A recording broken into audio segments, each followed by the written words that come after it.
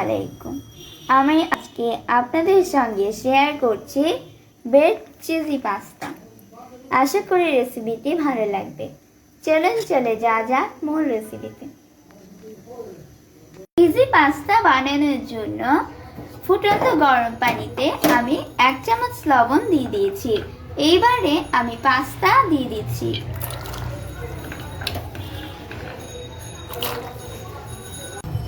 পাস্তাগুলোতে খুব বেশি সিদ্ধ করতে হবে না।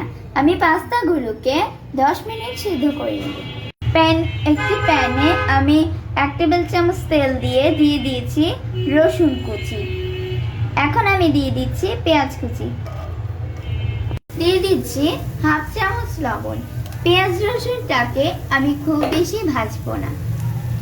দিয়ে দিচ্ছি পিসেস করে কাটা চিকেন। এটাকে আমি এখন হাই হিটে 5 মিনিট ভেজে নিব। দিয়ে দিচ্ছি 1 চামচ আদা ও রসুন বাটা, 1 চামচ মরিচের গুঁড়ো এবং 1/2 চামচ গোলমরিচের গুঁড়ো দিয়ে দিচ্ছি। সামান্য ক্যাপসিকাম কুচি দিয়ে দিচ্ছি। আমি একটা টমেটোকে ব্লেন্ড করে পেস্ট বানিয়ে রেখেছিলাম, সেই পেস্টটা দিয়ে দিচ্ছি। ঢাকনা দিয়ে ঢেকে আমি চিকেনটাকে 5 মিনিট রান্না করে নেব। চিকেন রান্না হয়ে গিয়েছে। এখন আমি চলে যাচ্ছি হোয়াইট সস তৈরিতে। একটি প্যানে কিছুটা বাটারের সাথে 1 টেবিল চামচ ময়দা দিয়ে দিয়েছি।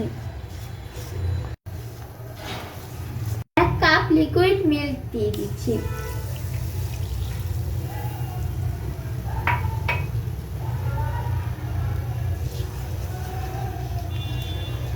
এখন দিয়ে দিচ্ছি রান্না করে রাখা চিকেনটা। দিয়ে দিয়েছি বয়েল করে রাখা পাস্তা। সবকিছু ভালো করে মিক্স করে নিব। একটি অ্যালুমিনিয়ামের মোল্ডে পাস্তাটা ঢেলে নিয়েছি, ওপরে চিজ ছড়িয়ে দিয়েছি। এখন আমি এটাকে বেক করব।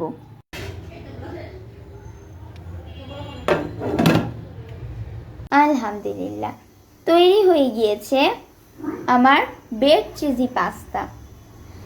আশা করি রেসিপিটি আপনাদের ভালো লেগেছে। ভালো লাগলে অবশ্যই লাইক, কমেন্টস ও শেয়ার করতে ভুলবেন না। আমাকে ফলো দেওয়ার অনুরোধ রইল। আজকে এই পর্যন্তই। আল্লাহ হাফেজ।